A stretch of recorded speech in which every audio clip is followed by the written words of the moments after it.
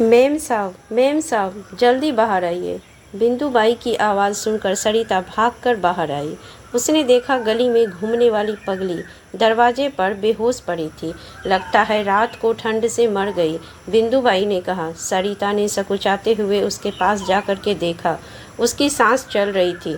सरिता ने अपनी paying guest शोभा को, जो एक डॉक्टर थी, आवाज़ दी। शोभा ने आकर देखा और बताया कि सर्दी के कारण तेज बुखार की वजह से वह बेहोश हो गई है। सरिता भागकर कम्बल ले आई। शोभा ने उसे एक इंजेक्शन लगा दिया। पगली को कम्बल उड़ाकर दोनों अंदर आ गई। शोभा को अस्पताल जाना था। वह तैयार होकर नाश्ते की टेबल पर आ गई।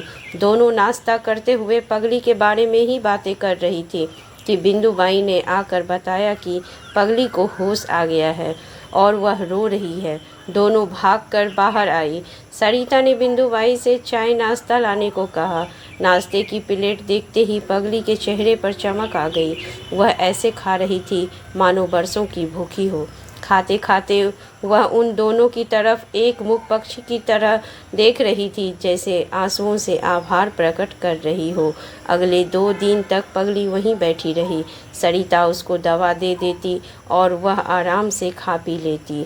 पगली जब स्वस्थ हो गई तो शोभा ने कहा, सरिता, अगर आप चाहें तो इसे आंगन में ले आएं और नहलाकर साफ कर दें। इतनी गंदी है कि छूने में भी कोफ्त होती है।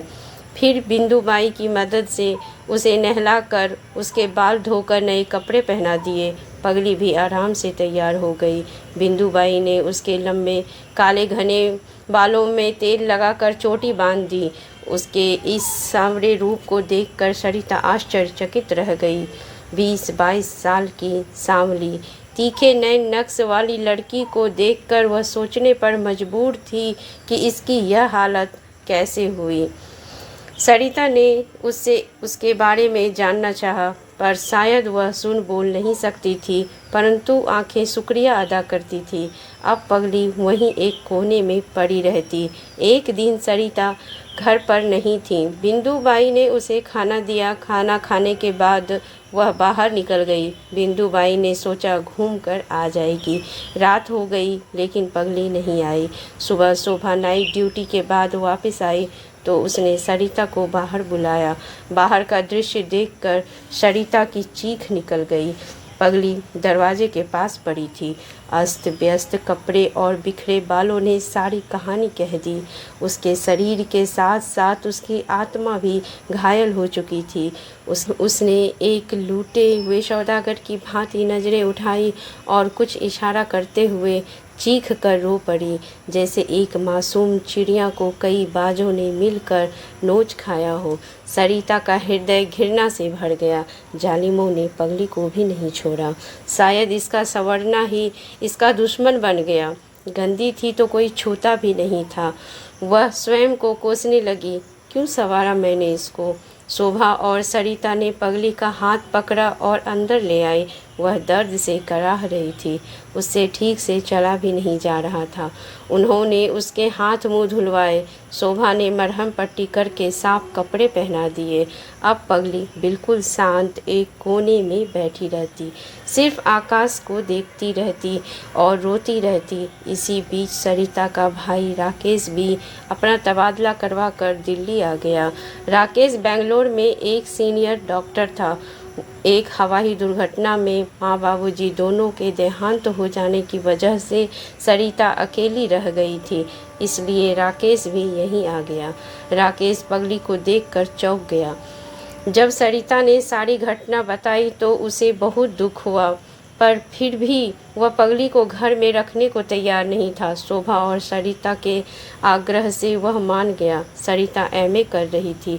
उसकी परीक्षा नज़दीक थी। पगली को बिंदुबाई ही खाना देती। सरिता उसे आते जाते देख लेती। परीक्षा समाप्त होने के बाद वह नौकरी के लिए इंटरव्यू की तैयारी में लग गई। पगली की तरफ से ध्यान हट गया। एक दिन बिंदुबाई ने शोभा को बताया कि पगली का पेट कुछ ज़्यादा ही बढ़ गया है। शोभा ने जांच की तो बताया कि पगली माँ बनने वाली है। सरिता घबरा गई। अब क्या करे।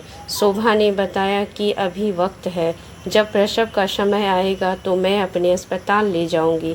लेकिन होनी को तो कुछ और ही मंजूर था। कुछ ही दिन बीते। एक रात पगली की चीखें सुनकर शोभा की नींद खुली।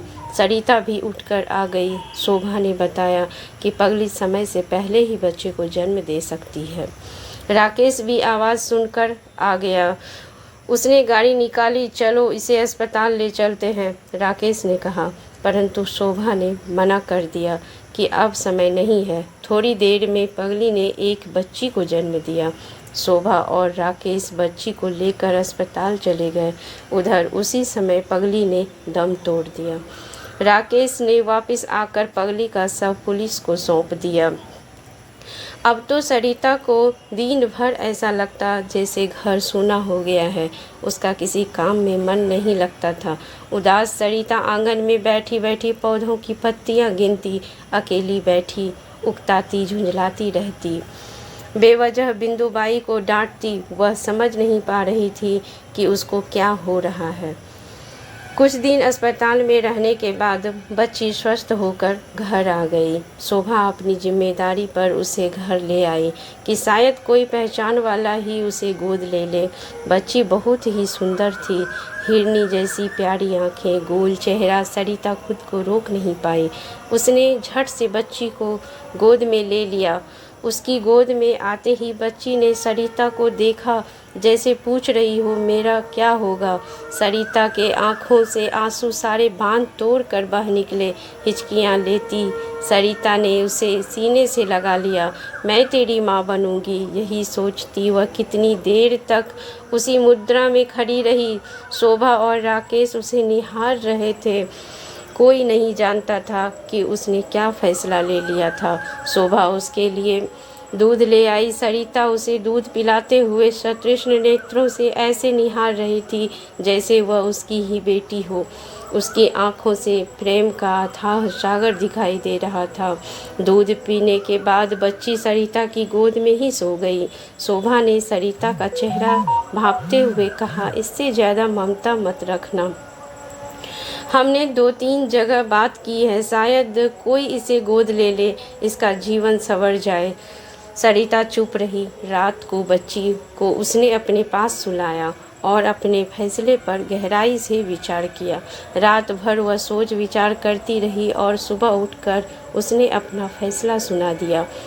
शोभा और राकेश स्तब्ध रह गए। शोभा ने समझाया कि बच्चे को पालने के लिए सिर्फ एहसास जरूरी नहीं, अनुभव भी होना चाहिए। परिवार में बड़े बूढ़े का होना भी सहायता करता है। एक अकेली माँ बनकर बच्चा पालना आसान नहीं। किस किस को जवाब दोगी? कौन है ये बच्ची? राकेश ने भी टोका। सरिता जरा सोचो, पता नहीं वो पगली कौन थी। इस बच्ची में किसका गंदा खून है? हम बिरादरी में क्या जवाब देंगे? हजारों सवाल उठेंगे। इससे बेहतर है कि तुम अपना इरादा बदल लो। लेकिन सरिता नहीं मानी और कानूनी तरीके से बच्ची को गोद लेकर अपने मामा मामी के पास लंदन चली गई। उसे एक स्कूल में नौकरी मिल गई और फिर मामा मामी को छोड़कर वह अपने घर में रहने लगी।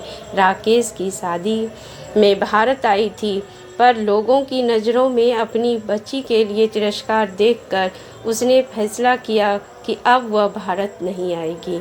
आज 20 साल बाद सरिता अपनी बेटी के साथ भारत आई। राकेश और भाभी ने दिल से स्वागत किया।